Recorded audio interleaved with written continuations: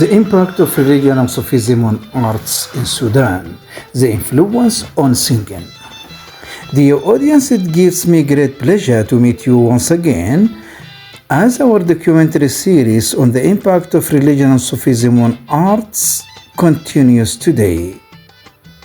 In this episode, our focus turns to the world of Sudanese singing and its deep relationship with faith, spirituality, and religious expression.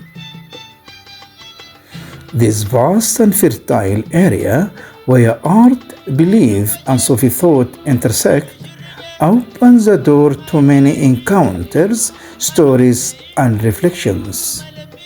We begin a journey through the history of Sudanese song, its stages, forms, and transformations, traveling across eras and meeting the voices and pioneers who shaped this rich musical legacy, where faith, culture, and sound meet. So, dear audience, once again, it is my great honor welcoming you to this new series of documentaries in which together we will travel throughout history, throughout time, to encounter with the birth, with the history of Sudanese singing and songs. However, in this episode, just I would like to introduce, seeking behind my introduction is the views of the researchers in the field of history of Sudanese singing and song.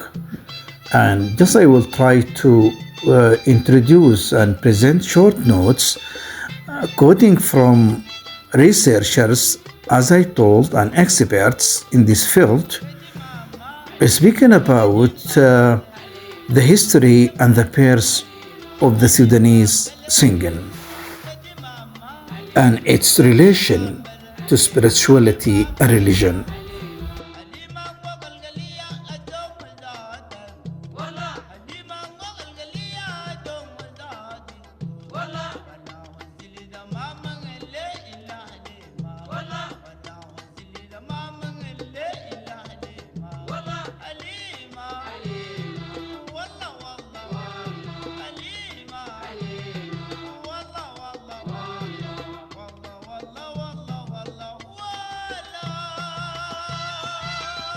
The presence of singing in all human societies throughout different epochs, eras, and ages is a fact confirmed by evidence related to ritual-based religions in ancient Africa and pharaonic Egypt.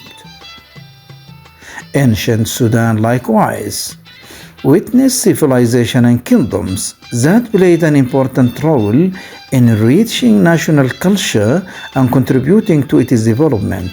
However, the cultural products of ancient Sudan were not perceived through systematic documentation, and even when some were recorded, specialists in archaeology and ancient languages have not yet succeeded in deciphering their mysteries. The population elements of ancient Sudan consisted mainly of the Nubians in northern Sudan and the Beja in eastern Sudan, both of Hamitic origin, as well as the Neolithic people who are of African Negroid origin and inhabited the southern regions of the country. So as you listen to the audience, here we have the Neolithic peoples, and this is pointing out to southern Sudanese people and southern Sudanese inhabitants. And by the way, this article, which is part of the book of in the history of singing in Sudan, by the way, has been written before the separation of South Sudan from the north, and because of this, the writer here stated that Sudan population before the coming of the Arabs is there in the northern Sudan, represented in the Nubians, as well as the Beja in the eastern Sudan, and then the Neolithic tribes in the southern part of Sudan.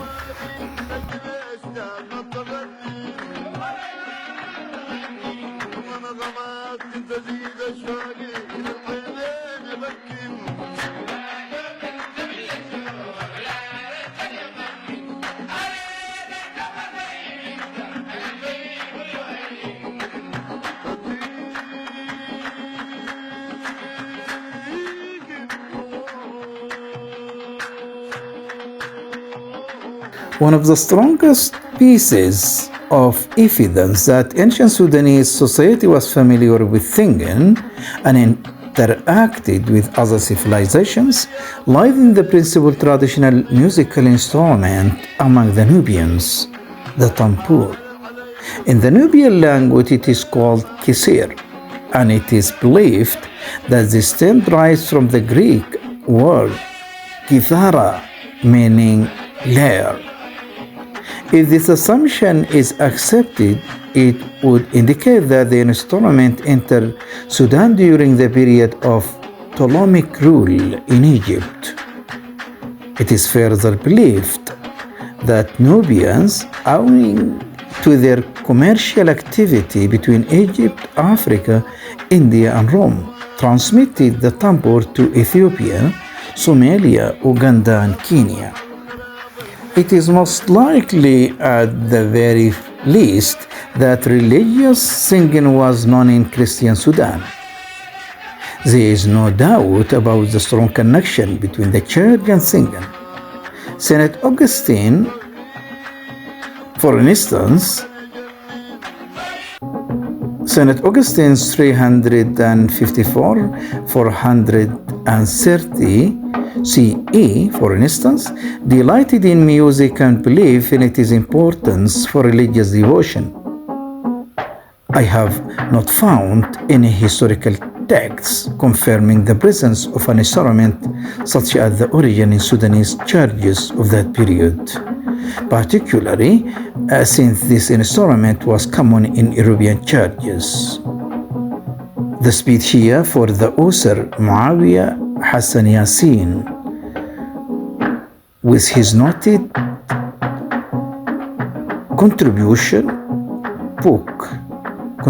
book that is entitled من تاريخ الموسيقى والغناء في السودان, published by Abdulkarim Merqani Center, 2025. So in his views that the singing, religious singing, was known throughout or during the Christian kingdom of Sudan, and our researcher here pointing out to St. Augustine, who believed that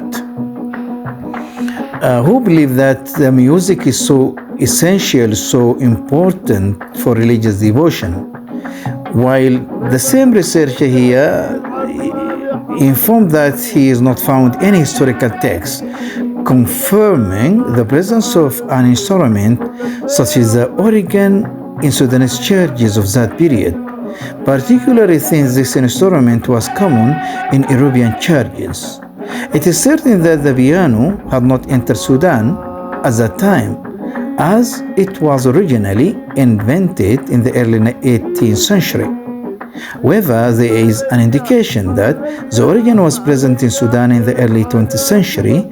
This was mentioned by Mr. Badr Tihami, one of the leading Sudanese musicians. So just I'm quoting here from the researcher, the author Muawiyah Hassan Yassin, from his book من تاريخ الموسيقى والغناء في السودان.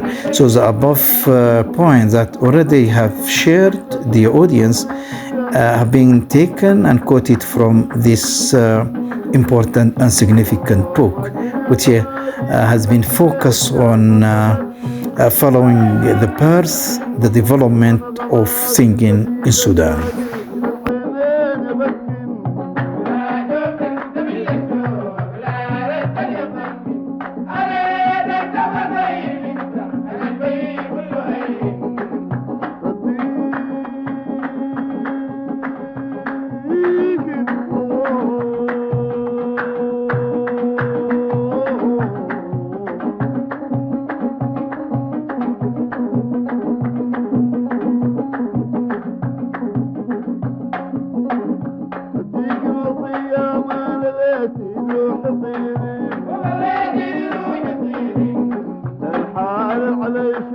Meanwhile, to speak further about the birth, about the development of singing, of music, of melodies in Sudan, it is essential and it is so important to state that the population of Sudan consists of diverse ethnic tribal and urban groups that emerge through processes of interaction, intermixing, and cultural fusion, while some ethnic groups remain relatively isolated and geographically confined to their traditional regions.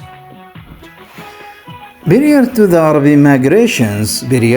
migrations, singing in Sudan was predominantly African in character.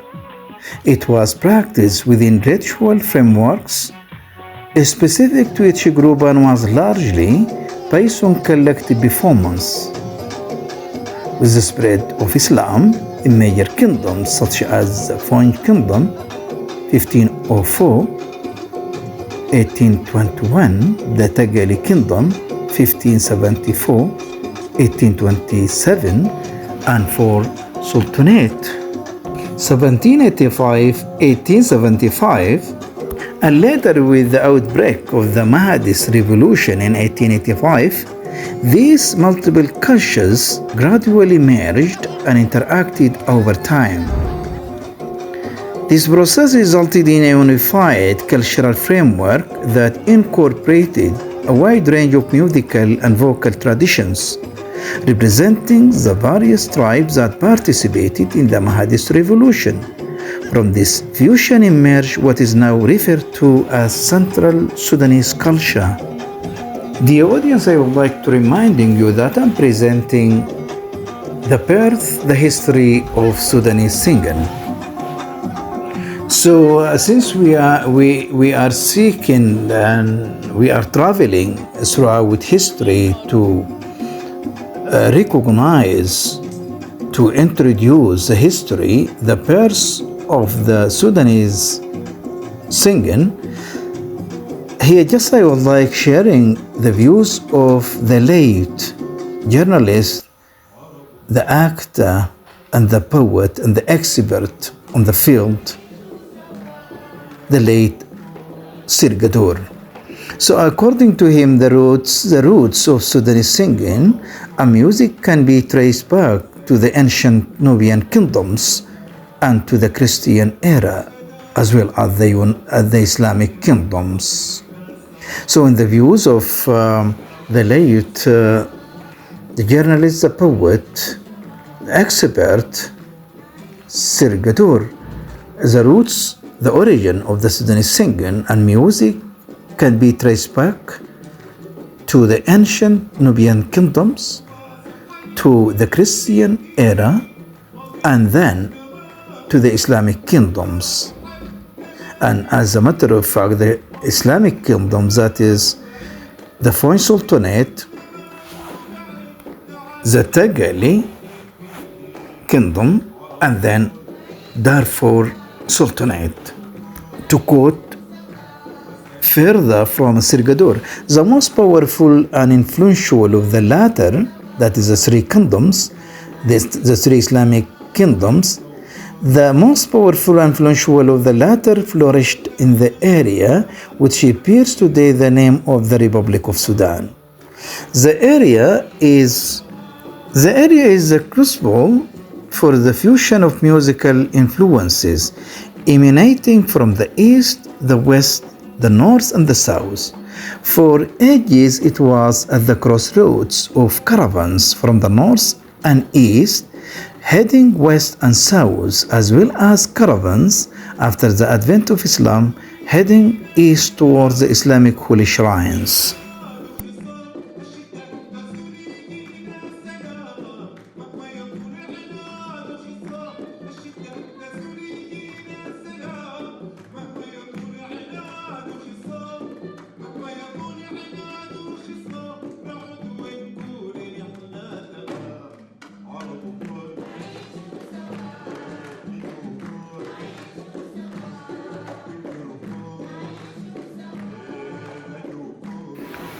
The beginning of modern Sudanese singing.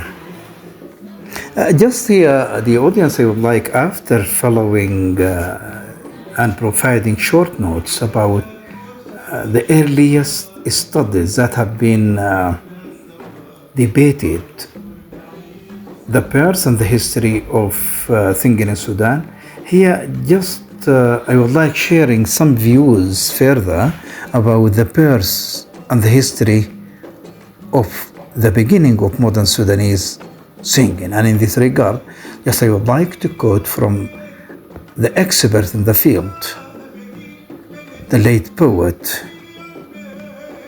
Sir Ahmed Gadour. So, according to him, at the beginning of the 19th century, Sudanese melodies and tunes arising from human endeavor during agriculture, hunting, and herding matured in different ways and patterns.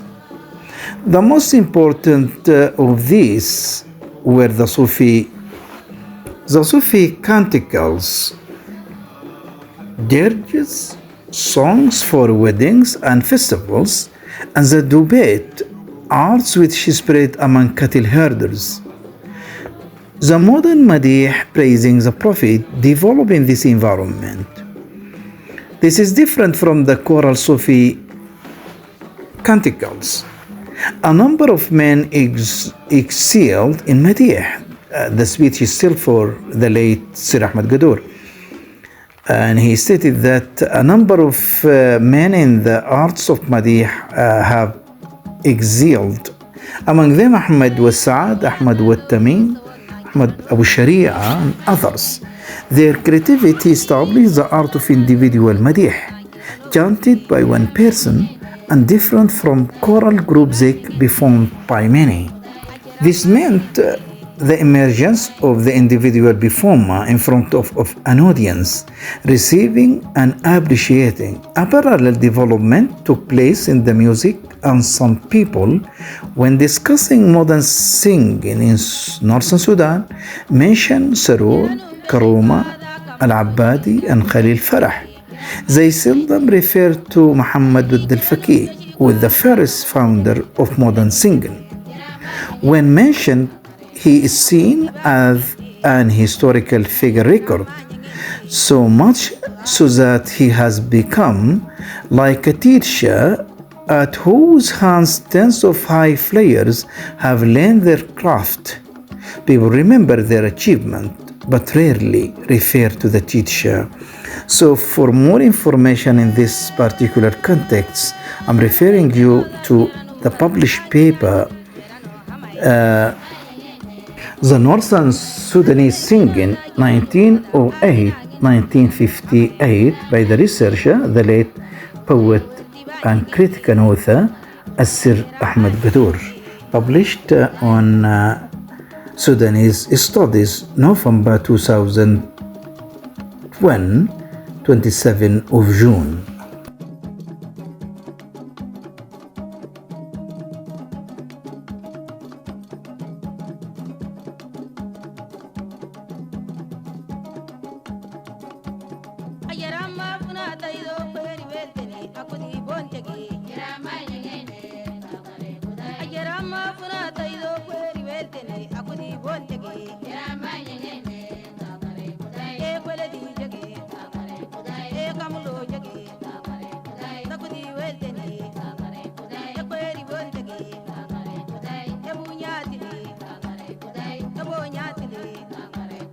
The birth of the modern Sudanese singing has reached its peak and its great achievement with the establishment of Omdurman Radio in 1940 under colonial administration. Music received official recognition for the first time.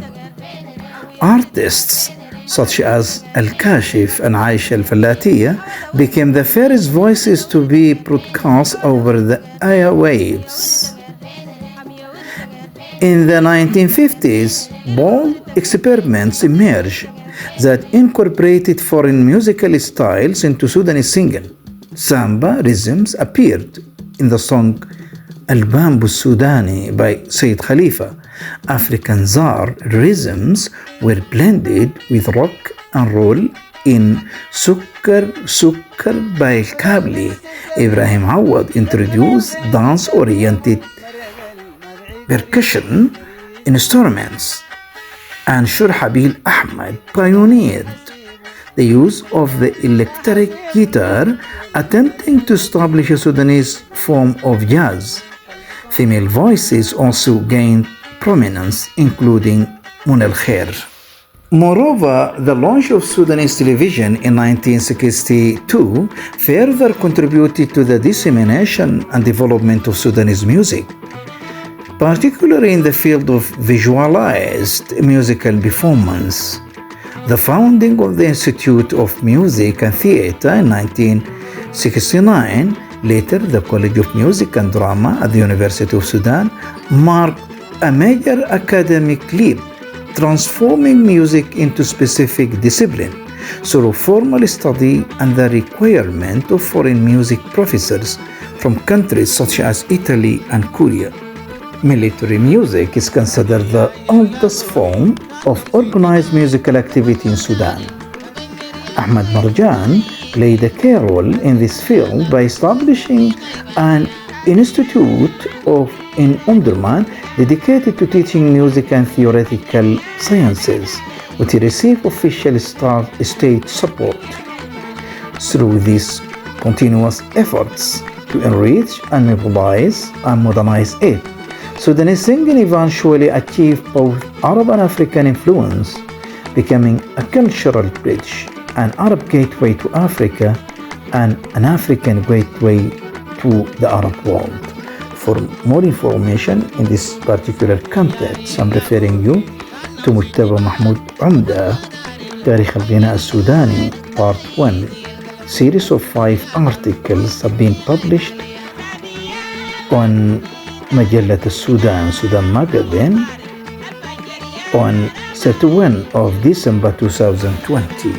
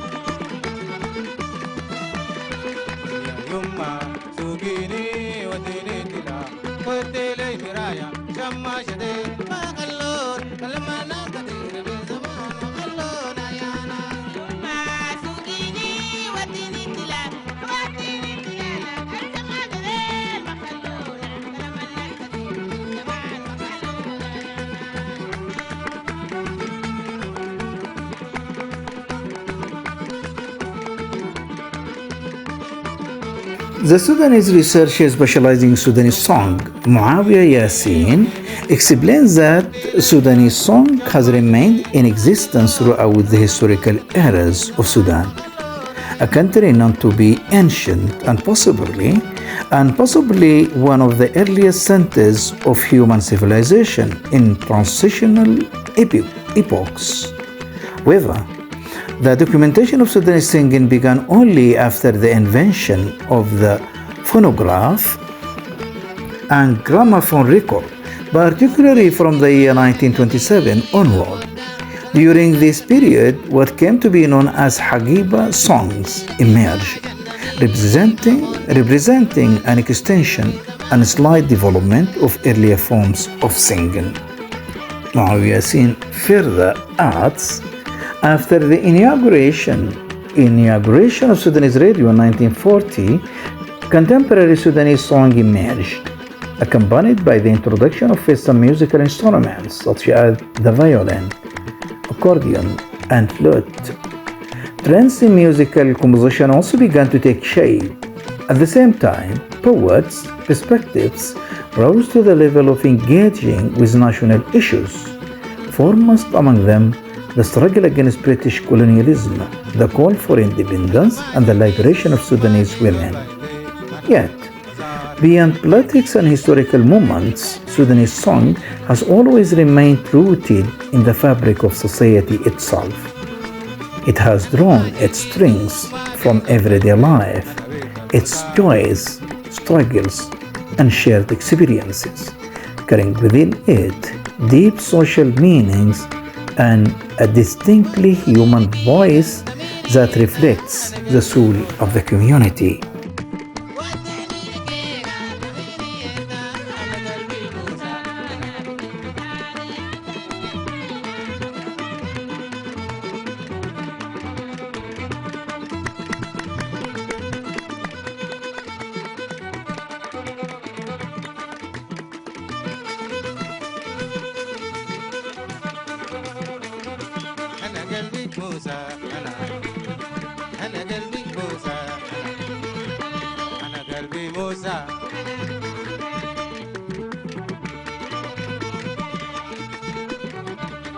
From another hand, one of the essential and important figure in the field of Sudanese singing and song is the late Sudanese singer Abdelkader Salim. Unfortunately, this great singer has passed away on 16th of December 2025 during this month. So he has his own views and he has his own observations on the history, on the development of the Sudanese singing and songs. So he observes, the late Abdelkader Salim observes that song in Sudan is not confined to concert halls or urban stages.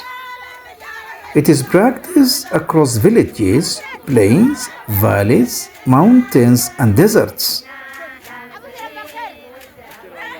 In all these settings, music becomes a living record of people's lives, articulating and perceiving the everyday experiences of citizens. Its lyrics celebrate the widely recognized qualities of Sudanese people: courage, generosity, and communal solidarity, while its melodies reveal remarkable rhythmic and melodic diversity. This diversity often stems from dominant melodic inclinations, accompanied by musical instruments crafted from materials native to each region. The speech is still for the late singer Ustaz Abdelkader Salim. For a long time, however, neither Sudanese society nor its media paid serious attention to the creative pulse of traditional singing. This neglect persisted until the mid-1950s, despite the fact that colonial authorities had already taken notice of it following the fall of the Mahadist state at the end of the 19th century. Some traditional rousing songs were then adapted into military marches, their stirring rhythms and guiding soldiers' steps. In the 1960s, I'm still quoting from the late singer Abdelkader Salim. In the 1960s, through programs broadcast by Sudan National Radio, Sudanese audiences were introduced to singing accompanied by the tambour from the northern Sudan, led by the gifted artist Naam Adam.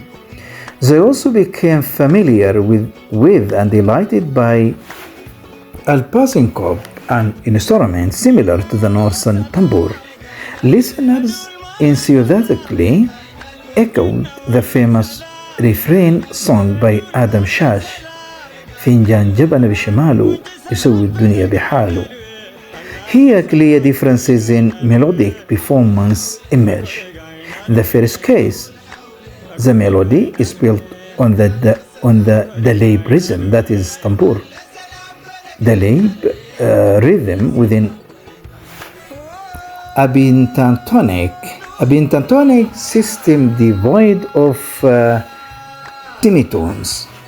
In the second, semitonal intervals appeared, an uncommon feature found only in the songs of certain cattle herding tribes in Darfur and Kordofan, groups believed to have migrated to the region after the fall of Al-Andalus in the 14th century. Salim continues: by noting that in recent years, interest in traditional song has grown significantly. The umkiki instrument, akin to the Arab rabab and played with a poo, has gained renowned or renewed attention. Alongside Mazdoum songs from Kordofan, some of which are based on a 7-tone musical system or scale. There are also Jarrari songs composed by young women and structured as poetic quatrains with precise metrical balance. From Darfur, the speech is still for the late singer Abdelkader Salim. From Darfur, further vocal forms have emerged, including Al-Katim, Sanjak, Shawarib, Munqarida, وغناء الحكامات, the Hakkamat songs. Singers from Kordofan and Darfur have played a vital role in presenting these styles within their repertoires, enriching Sudanese song with unfamiliar yet widely empressed forms. These patterns have resonated both within Sudan and beyond its borders, to the extent that artists from other countries have imitated songs by performers such as Omar Ihsas and Abdelkader Salim himself. So, dear audience, this is just part of my sharing to introduce the influence of Sudanese singing with religion. And as I have stated at the beginning of this encounter, I told that this is just an introduction through which we will try to go further in introducing the contributions, the influence of singing with religion in the country. So at the end of this episode, just I would like to pointing out to the sources that already I have consulted to present the introduction of our meeting today, our introduction to the singing in Sudan. So of the sources, معاوية حسن ياسين من تاريخ الموسيقى والغناء في السودان، مركز عبد الكريم مرقني 2025. سير أحمد قدور Northern Sudanese Singing from 1908 to 1958.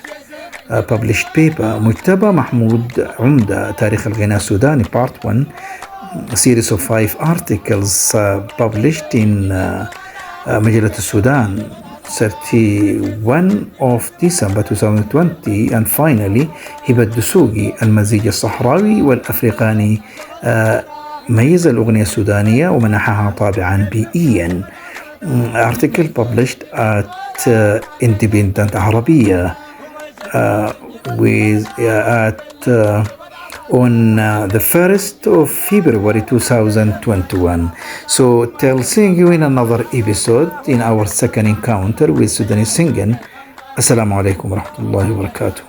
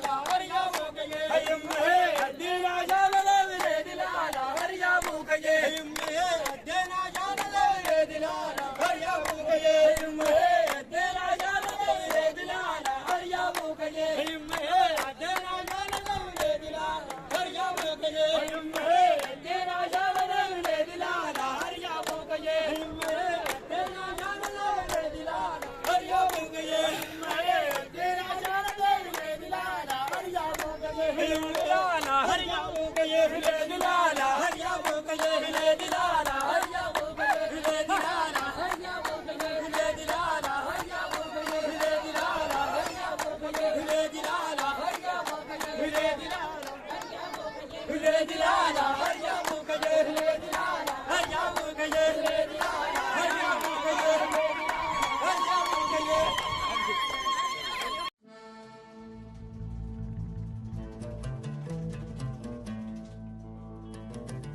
درب الحبيب الرملة نمشيه في القمرة،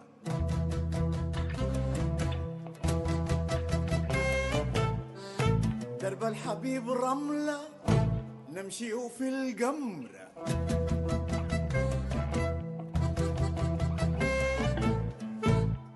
فرق الحبيب جمرة قطاب قلب حملة. أوه أوه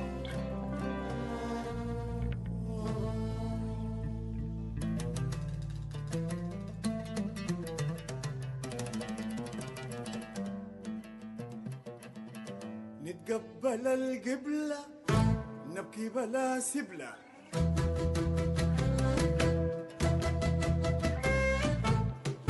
نتقبل القبلة نبكي بلا سبلة،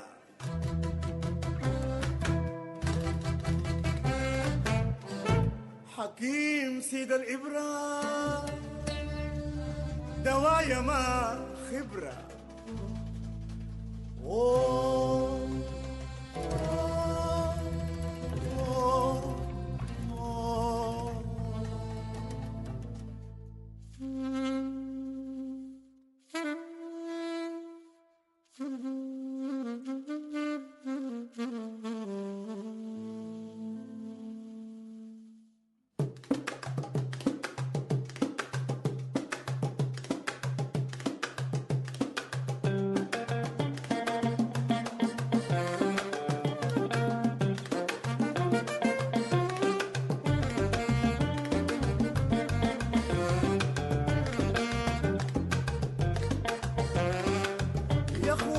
شيلوا الجلالة يا اخوان شيلوا الجلالة سبحان الله وتعالى الحاسد عينه جبارة الحاسد عينه جبارة الحاسد عينه جبارة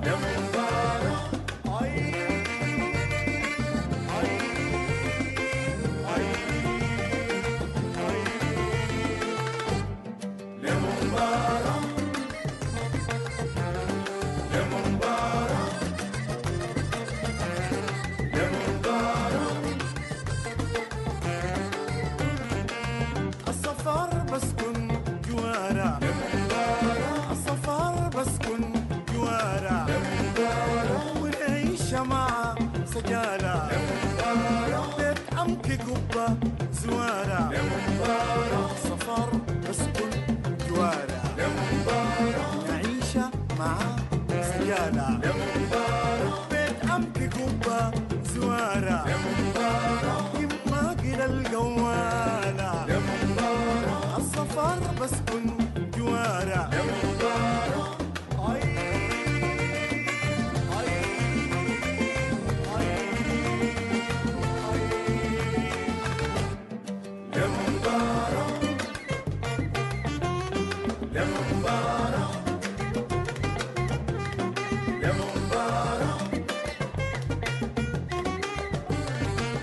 هينا ريال ابو طارة ونفس ريحة نيالة هينا ريال ابو طارة ونفس ريحة نيالة هينا ريال ابو طارة ونفس ريحة نيالة وخشمة حليب البارة خشمة حليب البارة وخشمة حليب البارة